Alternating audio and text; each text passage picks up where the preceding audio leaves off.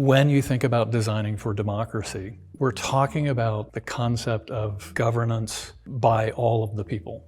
There are basically two forces at work then. The first was the concept of a visual legacy, but at the same time, it was also about creating a modern workplace. In 1853, the city of Fitchburg was actually still a town. They were outgrowing themselves. So they decided to build the building that we reconstructed today for a whole $20,000.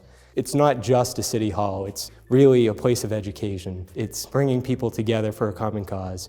We had 14 different departments, but they need to be orchestrated in a way that promotes this idea of transparency and accessibility and welcoming, because it is the people's building.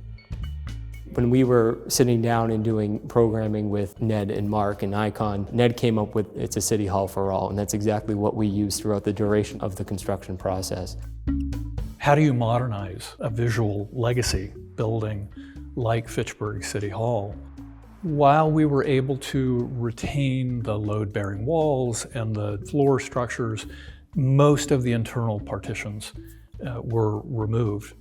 It's been hit by tornado. The roof structures collapsed more than once. It survived a few fires. And we got to unravel all those things as we took the layers down. We were able to create really a unified interior environment and begin looking at means of creating a better sense of health and well-being and a productive modern workplace where everybody could have daylight, what I referred to as the democracy of daylight. That ultimately led to the proposal to insert a third floor, but hold the third floor inside the building envelope so that you're circulating around an interior volume of space. And where there were maybe 5 windows on the opposing wall, there are 12 windows on the interior wall.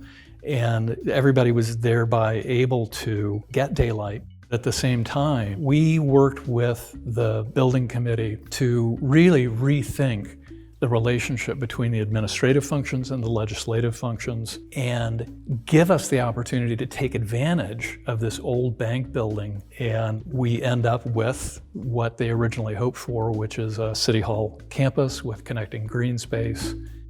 You get to understand the public as well, where they can do one-stop shopping when it comes to public government. A space where they feel comfortable with, that's handicap accessible, that is bilingual, and a place really that everyone should feel comfortable in. We really tried to run with a level of transparency that was intended to mirror the accessibility and openness to the public that we had originally talked about as being the architecture of democracy and designing to create those spaces.